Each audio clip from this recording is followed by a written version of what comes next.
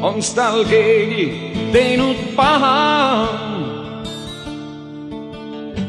et nii kurb on koerameel või on jätnud teda maha keegi kallis eluteel. Harjumaal Nissi vallas Lehetu külas 3-korruselise maja 2. korruse korteri ukse taga võtab reporterit vastu hulk murelikke naabreid ja räme ebameeldiv roiskunud hais. Meil on kurat raudluks ka pandud ja plastikud aknad ja aga ikkagi trepikojas ikka hais on. Trepikojas on jah ikka korralik leht tunda. Ja sealt elavad lätlased või leedukad elavad, nad on praegu tööl ja nendel ka kurat hais tuleb sinna. Ja. Nendel haiseb korralikult korteris, jah? No ikkagi, jah. Kuidas see korteri uks lahti sai? No me tulime eile, mõtlesime, et koer on juba tükk aega kadunud, koputasime ja uks läks lahti. Räigelt haisev korter 22 on tõeline prügimägi. Katki kistud diivanikatted, riided, looma väljaheidetega täitunud põrand ja vannitoas lagunev koera korjus. Esialgsel ülevaatusel on surma põhjuseks just alatoitumus ja vedeliku puudus, aga lõpliku hinnangu annab Tartu veterinaarlabori lahang. Katkised hambad viitavad sellele, et meeleheitel loomake püüdis kõhtu täita kõige toas leiduvaga. Ta on närinud mööblit, riideid, uksi, püüdnud iga hinna eest süüa otsida. Ma ei saa aru, kuidas siin korteris üldse võimalik elada on, see on ju prügimägi ju. No aga proovige elada, niimoodi ta elas siin. Ja peikud siin käisid tema juures ja kurat panid tinad ja niimoodi kaine peaga, kui räägisin temaga seal trepi ees, siis ta sai aru kõigist, et ma saan aru, et tüüte parase koer, ma ütlesin, et tee süst ära vähemalt ja mida sa loome piinad, ei. Või tee mulle liiter viina, ma panen ta ise magama, aga naisele sülitas käega ja mitte midagi. Looma tappa sina ei tohi, veterinaararst ainult võib seda teha.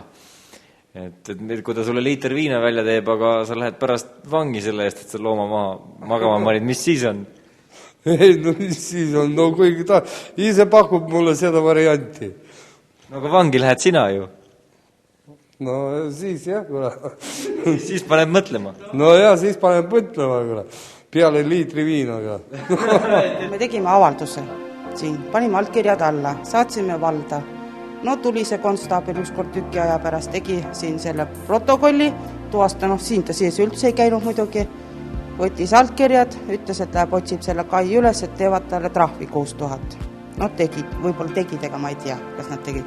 Ja rohkem neid kedagi enam näha ei olnud. Ja jäigi see asi sinna paika. Ja see oli eelmise aasta sügisel kuskil. Samamoodi proovin tellistan Nissi valda ja konstaablile ja kõigidele ja sinna rohelis või kes need on seal. Ei, keegi siia ei tule ja löögu kas või maha ja keegi ei tule siia. Abi konstaabel oli Kalju, ta nimi. Ajasin temaga siin juttu maja juures. Ja me teeme, võtame ühendust. Ei siiamaani, mitte midagi. Ka reporter helistas sündmuskohalt politseisse. Ei tea, kas see oli nüüd meedia mõjuvõim või puhas õnnelik juhus, aga 3 tunni pärast saabusid siiski ka Tallinnast kohale uurijad. Miks ei õnnestunud meil aga kohalikku konstaablit kätte saada?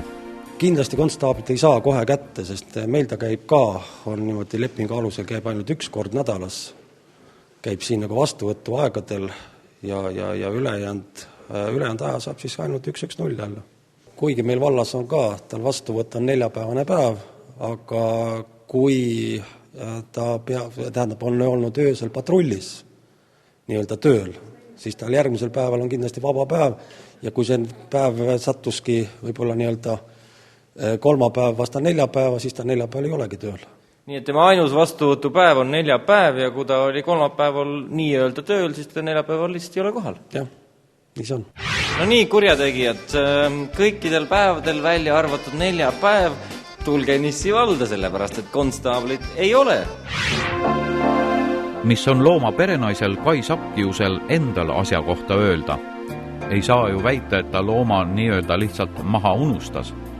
Naabrite sõnul on ta viimase aasta jooksul 3 korda oma vanas korteris käinud riideid toomas ja ka koera söötmas. Ma ei saa loomadega seksuaalvahekorras olles rahuldust. Ei neid tappes ega neid piinates.